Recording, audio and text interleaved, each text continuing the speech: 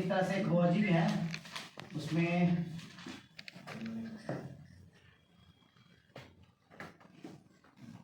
ये inlet pot हो गया। यहाँ पर एक डायफ्राम होगा या यहाँ पे इस तरह से कुछ बना हुआ होगा, ओपनिंग पॉट है।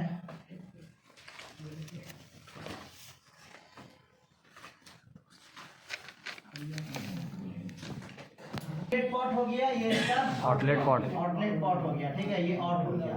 तो यहाँ से हम सपोज 120 psi का एयर सप्लाई दिए हैं, तो क्या होगा, ये जो स्प्रिंग है यहाँ पर, अगर ये स्क्रू पूरा ढीला है तो स्प्रिंग क्या होगा, मैक्सिमम एक्सपेंडेड पोजीशन पे होगा, और ये स्प्रिंग जो है ये क्या करेगा, इसको ऊपर की तरफ खींच के रखेगा। ठीक है, ऊपर की तरफ रहेगा।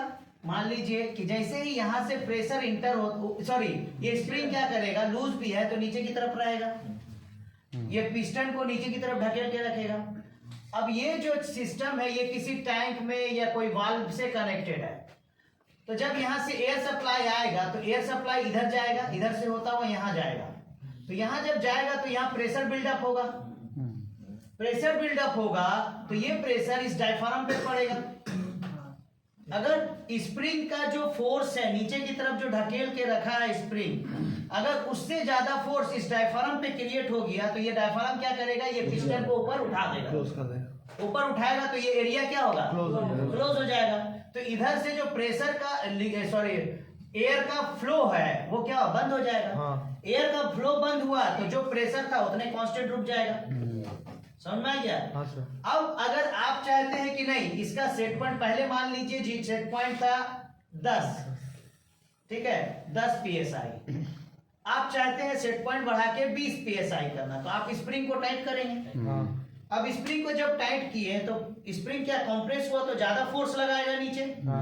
अब डायफ्राम पे जो एयर का प्रेशर की वजह से जो फोर्स था, वो फोर्स से अगर स्प्रिंग का पुशिंग फोर्स ज्यादा हो गया तो नीचे ढकेल देगा।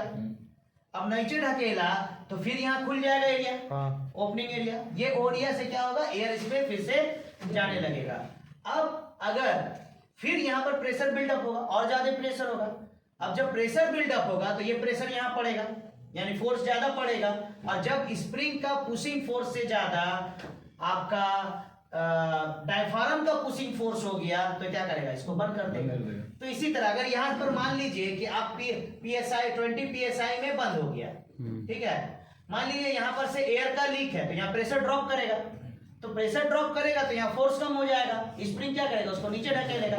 तो इसी तरह से ओपन क्लोज होके डाउन स्ट्रीम का